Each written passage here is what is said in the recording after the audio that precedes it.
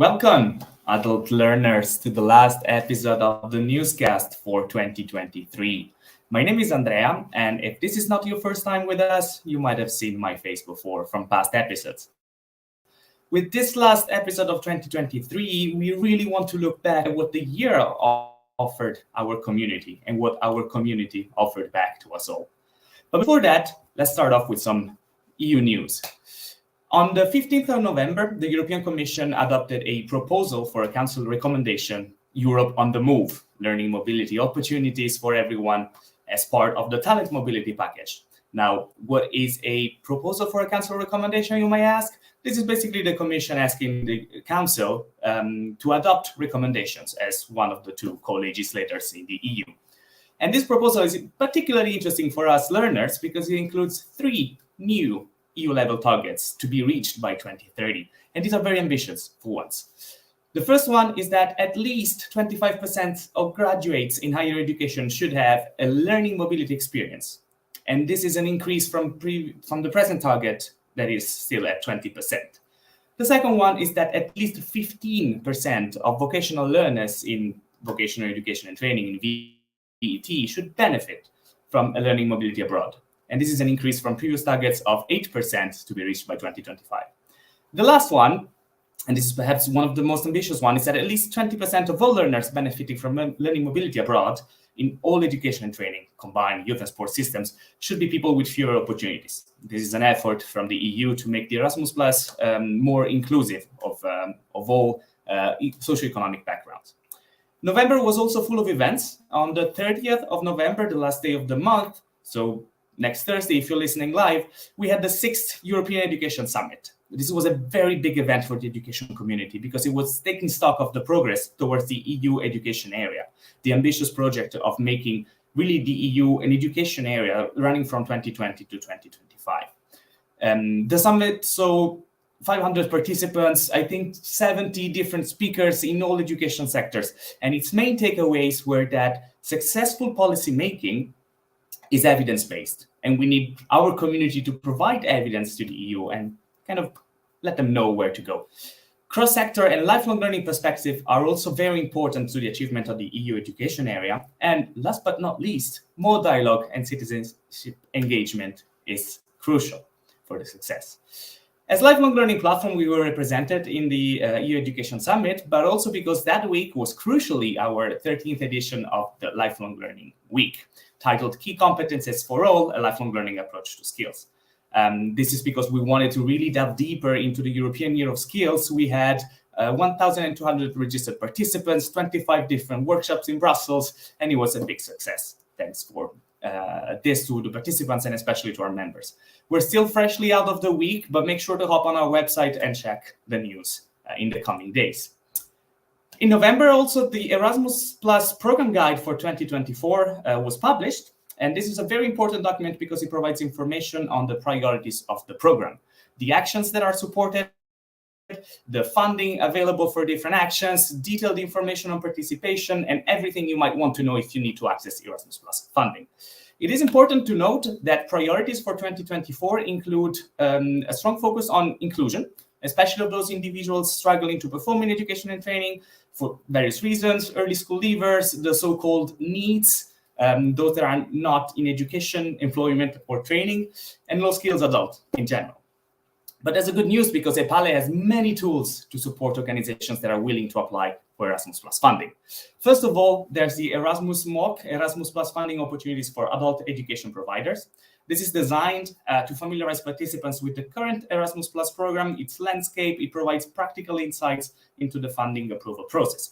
Because it might be difficult if this is your first time accessing European funding, and especially Erasmus Plus can get a little bit bureaucratic.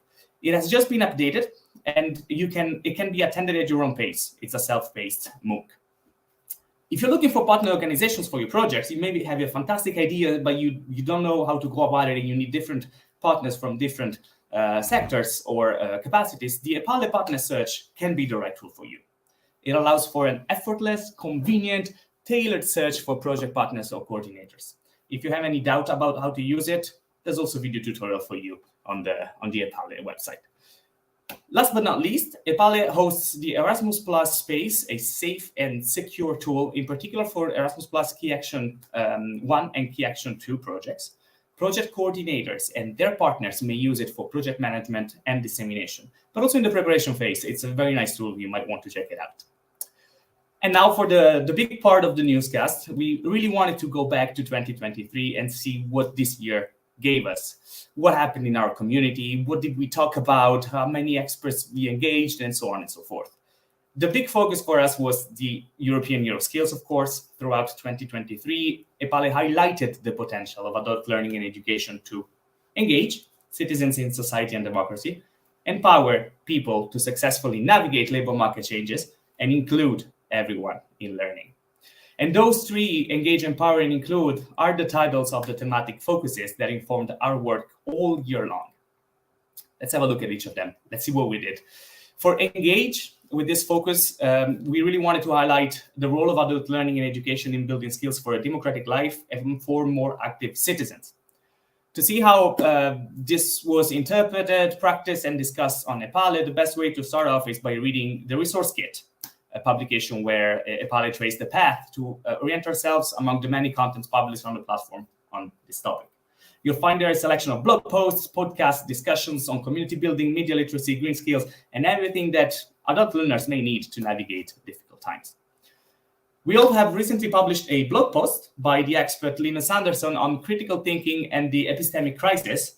This is very interesting. I read it just before the recording this newscast. It was amazing. While it is easy to recognize the merits of critical thinking in as a skill, as a competence for us all, defining what it really is can be challenging. So this article untangles the different interpretation of this concept, which must be understood in its complexity if we want to really make it work on a daily basis. The second focus was empower. With this focus, EPALE wanted to spotlight the reskilling and upskilling that we need in our work life, especially as crucial levers to unlock the potential of the European workforce, and for actually translating learning opportunities into concrete actions.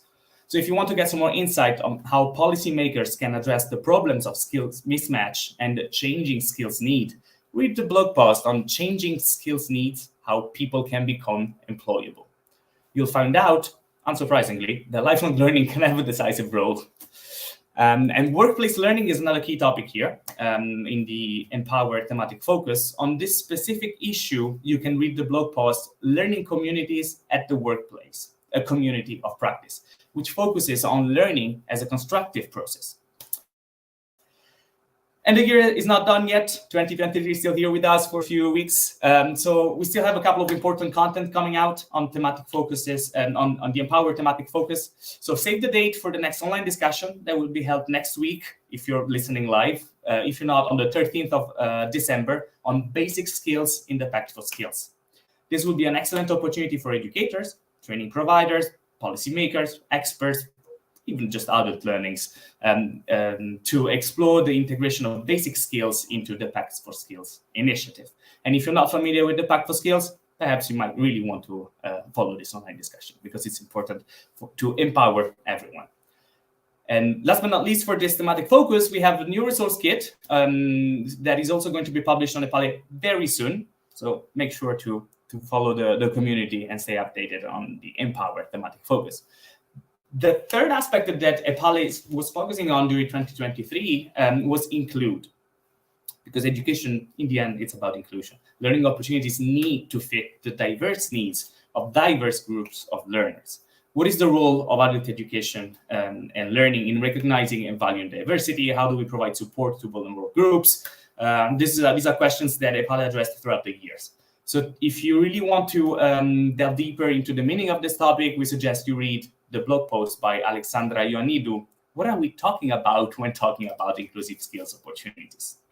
And it's really a good blog post because it unpacks all the different settings that we want to see with inclusive education systems. And the author maintains that providing inclusive learning opportunities is, most of all, a matter of social justice and a driver of empowerment. And this is definitely something that I personally can subscribe to, and I really hope that you do as well. Another interesting perspective is provided by the blog post by Davide Muraro, Integrating Caregiving, Parenting, and Lifelong Learning, Reflections for an Aging Europe. Because when we talk about our learners, sometimes we tend to forget that there are older adults. It is imperative to deliver a new paradigm in reconciling family obligations, caregiving, and lifelong learning for the elderly. Make sure to check this one because it's often an underrepresented topic in our daily work, and it's very good that EPALE has contributions on it.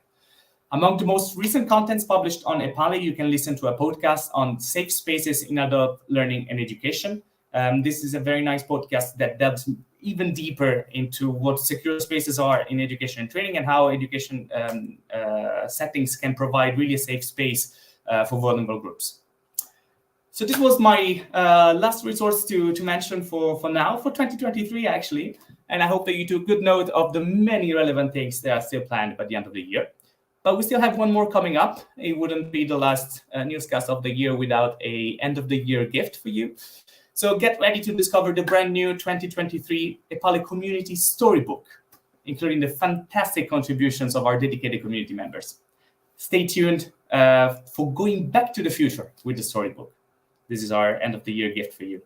And I thank you very much personally for staying with us for the newscast throughout 2023.